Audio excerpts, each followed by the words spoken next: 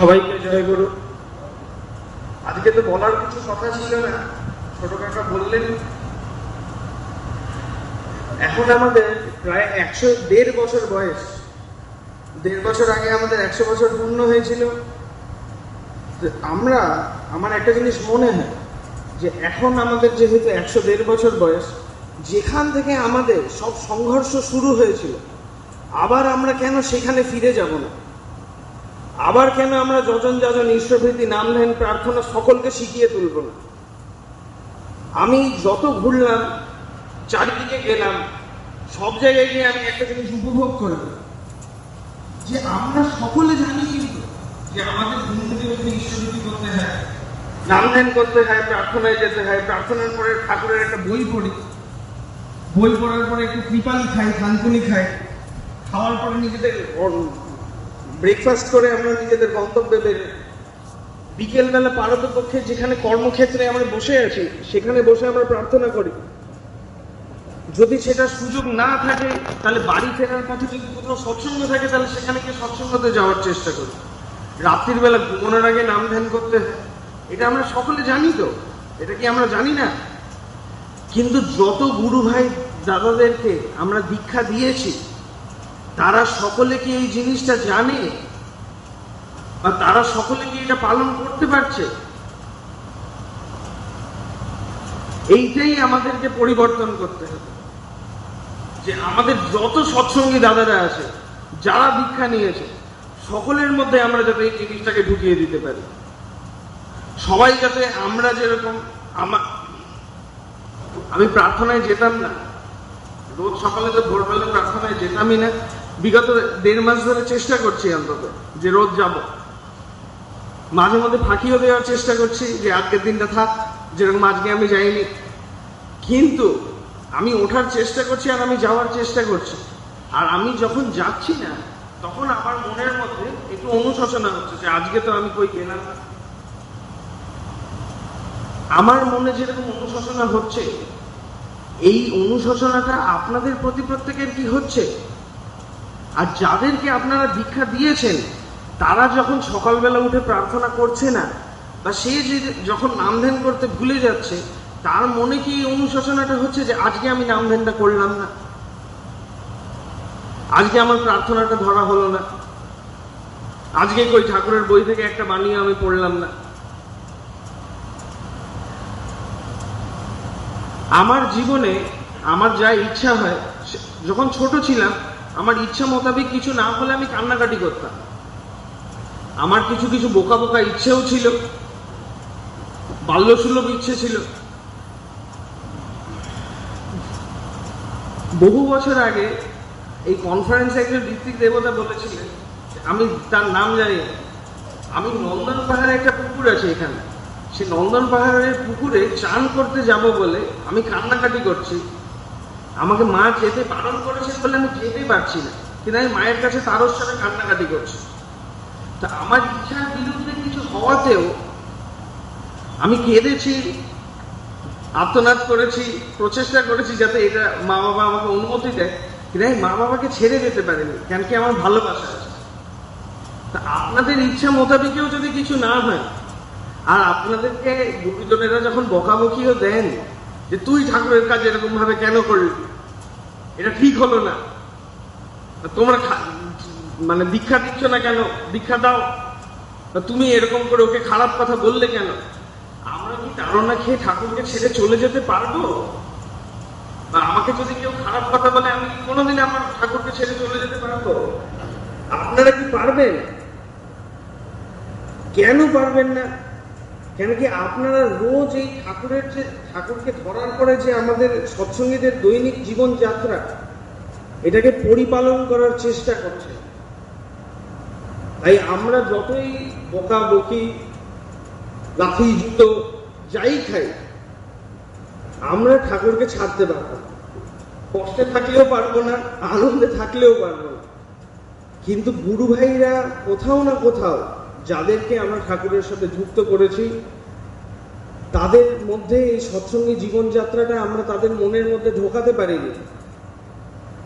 তাই জন্য তাদের জীবনে যখন কোনো ঝড়ঝাপটা, অশান্তি আসছে, বা তার মনের ইচ্ছার মতন কিছু হচ্ছে না, সে তখন সহজেই ঠাকুরকে ছেড়ে দিতে পারছে বা ভুলে যেতে চেষ্টা করছে, ঠাকুরকে ব্লেম করছে যে ঠাকুর তুমি থাকা সত্ত্বেও আমার সাথে জীবনে এরকম খারাপ কেন হলো।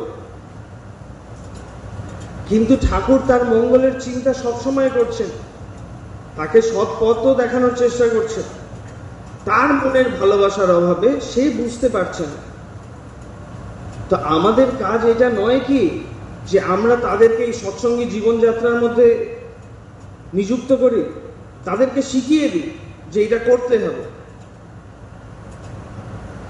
আমি কিছুদিন ধরে সকলকে বলছি যারা আসছে যে সবাই নিজেদের মন্দিরে একটা প্রার্থনা লিস্ট বানিয়ে প্রার্থনাটা করো। এটা বলা হচ্ছে না। আর যেই যেই মন্দিরে এটা করা হয়েছে সেই মন্দিরে কিন্তু আগে থেকে গুরু ভাইয়ের সংখ্যা অনেকটা বেড়েছে, বাড়েনি। এইবার বিষয়টা হচ্ছে যে ওইটা একটা ইট বালি সিমেন্টের মন্দির। আমরা প্রত্যেকটা কর্মী ঠাকুরের মন্দির নই কেন? আর আমরা সবসময় যে আমাদেরকে কোথাও গিয়ে বা কোনো মন্দিরে বসেই প্রার্থনা করতে হবে তার তো মানে নেই।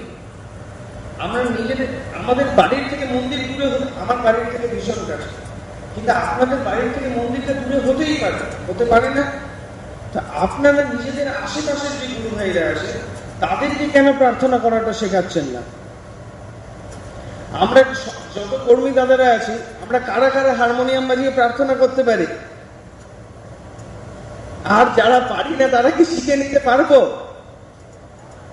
তো আমরা সকলেই চেষ্টা করি যে আমরা দুই বেলা প্রার্থনাটা হারমোনিয়ামে তুলে নিই।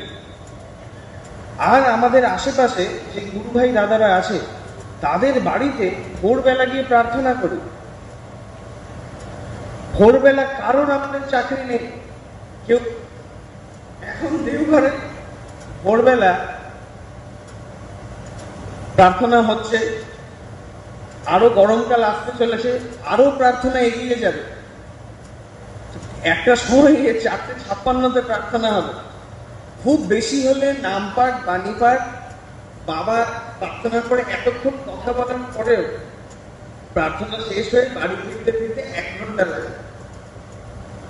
যারা যারা চাকরিতে যান, কেউ কি ভোরবেলা 7টার আগে চাকরিতে বেরোন? খুব অল্প সংখ্যক লোক আছেন যারা এই ভোরবেলা 7টার আগে আমরা চাকরিতে চলে যাই। তাহলে আমার সারাদিনে সময় হবে না, আমার সারাদিনে বিভিন্ন রকমের কাজ আছে, কিন্তু আমরা ভোরবেলা কি ওই 1 ঘন্টা ঠাকুরের জন্য বার করতে পারি না? যে ভোরবেলা আমি 2 ঘন্টা নিজের পাড়ার মধ্যে ঘুরে প্রত্যেকদিন চেষ্টা করলাম আমি আরেকজনের কারোর বাড়ি থেকে একটু প্রার্থনাটা করে আসি। তাহলে ওদের প্রত্যেকের বাড়ির মধ্যে একটা ঠাকুরের ভাবের সৃষ্টি হবে, ওর সাথে একটু ইষ্ট আলোচনা হবে, ওর মনে হবে যে ঠাকুরের একটা মানুষ আমার খোঁজ নিতে এসেছে। আর সকালবেলা ভালো মন্দ খাওয়া হবে আপনাদের, কেন কি আমাদের দেশে বলা আছে যে অতিথি দেব ভব। কারোর বাড়িতে গেলেই তারা আপ্যায়ন করতে কোনো জায়গা ছাড়েন না। আমি কিছু জায়গায় বলেছিলাম যে এটা শুরু করা যেতে পারে। একটা জায়গা থেকে আমাকে জানালো যে সকালবেলা 3 দিন তারা প্রার্থনায় গেছে, একদিন তাদেরকে দই বড়া খাইয়েছে, একদিন ঢোকলা খাইয়েছে, আর একদিন শুধু চা খাইয়ে পাঠিয়েছে। কিন্তু খাওয়া দাওয়াও চলছে, ঠাকুরকে নিয়ে আনন্দও চলছে, কথাবার্তাও চলছে। আর এটা আমরা কেন করতে পারবো না? আর এই সময়টা আমাদের প্রত্যেকের জীবনে আছে যে এটা আমরা দিতেও পারবো, চাইলেই পারবো। উপযোজনা কেন্দ্র যেখানে যেখানে আছে চেষ্টা করুন যে সেই উপযোজনা কেন্দ্রের মধ্যে যিনি আছেন বা সেই উপযোজনা কেন্দ্র যাদেরকে ঘিরে সেই লোকগুলোর মাঝখান থেকে যে কোনো একজন মানুষকে যাতে আমরা হারমোনিয়ামে প্রার্থনাটা শেখাতে পারি, সেই লোকটাকে দায়িত্ব দিই যে তুমি এই উপযোজনাকে ভিত্তি করে যেই পরিবার পরিজনগুলো আছে তাদের বাড়িতে ভোরবেলা গিয়ে প্রার্থনা ধরো। আর চেষ্টাটা হচ্ছে যে একটা উপযোজনার মধ্যে 60 থেকে 100টা পরিবারকে রাখি আমরা। আর যদি কোনো জায়গায় তার থেকে বেশি সংখ্যক গুরু ভাই থাকে তাহলে আমরা তার জন্য আরেকটা উপযোজনা খুলি। তাহলে 3 মাসে হলেও একবার আমার বাড়িতে প্রার্থনা হবে সকালবেলা। একটু গান কীর্তন হবে, খাওয়া দাওয়া হবে, গুরু ভাইদের সাথে আসর বসবে, এইটাতেই আমার মধ্যে ঠাকুরের একটু ভাবের আদান প্রদান হবে আমাদের মধ্যে। আর এইটাই আমাদেরকে চেষ্টা করতে হবে। আমাদের এখন সব মিলে প্রায় 3,15,00,000 দীক্ষার দিকে আমরা এগিয়ে চলেছি। তা আমরা কি সবাই বলতে পারি যে আমরা সকলেই 3,15,00,000 লোক জানে যে সকালবেলা ঘুম থেকে উঠে ঈশ্বরীতি করে, নাম ধ্যান করে, প্রার্থনা করে, ঠাকুরের বই পড়ে, থানকুনি খেয়ে, ত্রিপালি খেয়ে নিজেদের গন্তব্যে বেরোতে হবে? আর এইটা আমরা তাদেরকে শেখানোর চেষ্টা কেন করছি না, বা কেন এই জায়গাটা আমরা ছেড়ে দিয়েছি এখনো, এইটাই আমাদেরকে ভরতে হবে। যেখান থেকে আমাদের কার্যক্রম শুরু হয়েছিল আবার আমরা সেখানেই ফিরে যাব।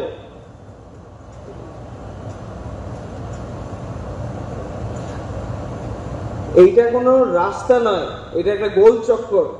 একটা কাজ করতে করতে করতে করতে এগোবো, আবার যেখান থেকে শুরু করেছিলাম সেখানেই আসবো, আর এটাই করতে থাকবো যতক্ষণ সবাইকে না দীক্ষা দিয়ে দিতে পারছি। আমরা কাউকে ছাড়বো না। ঠাকুর বলেছেন যে টিকটিকিকেও পারলে দীক্ষা দিতে হয়, আমাকে একদম বলেছে। তো যতজনকে পারবো সকলকে দীক্ষা দেবো, এটাই আমাদের কাজ। আর প্রত্যেকটা মানুষের মধ্যে আমাদের যে জীবনযাত্রা আছে সেটাকে ফুটিয়ে তোলার চেষ্টা করব।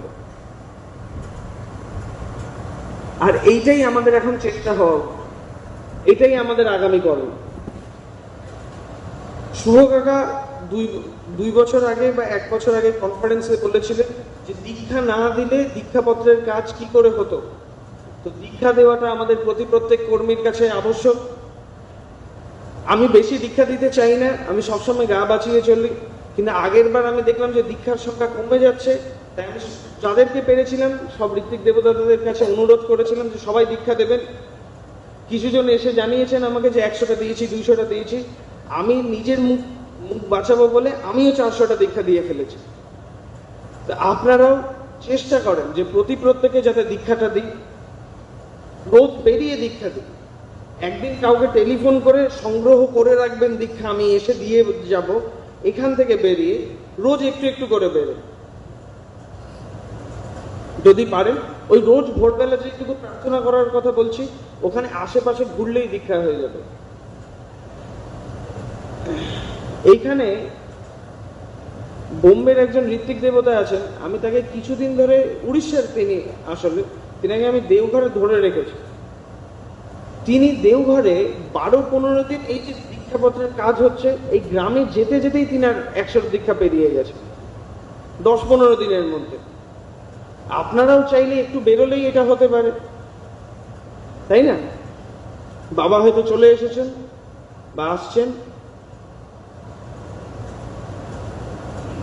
তো এটাই আমরা করার চেষ্টা করব যে আমরা সকলে প্রার্থনাটা শিখি, সকলকে শেখাই, আর আমাদের এই সৎসঙ্গী দৈনিক জীবনযাত্রাটাকে প্রত্যেকটা গুরু ভাইয়ের মনে প্রাণের মধ্যে যাতে আমরা তুলে ধরতে পারি।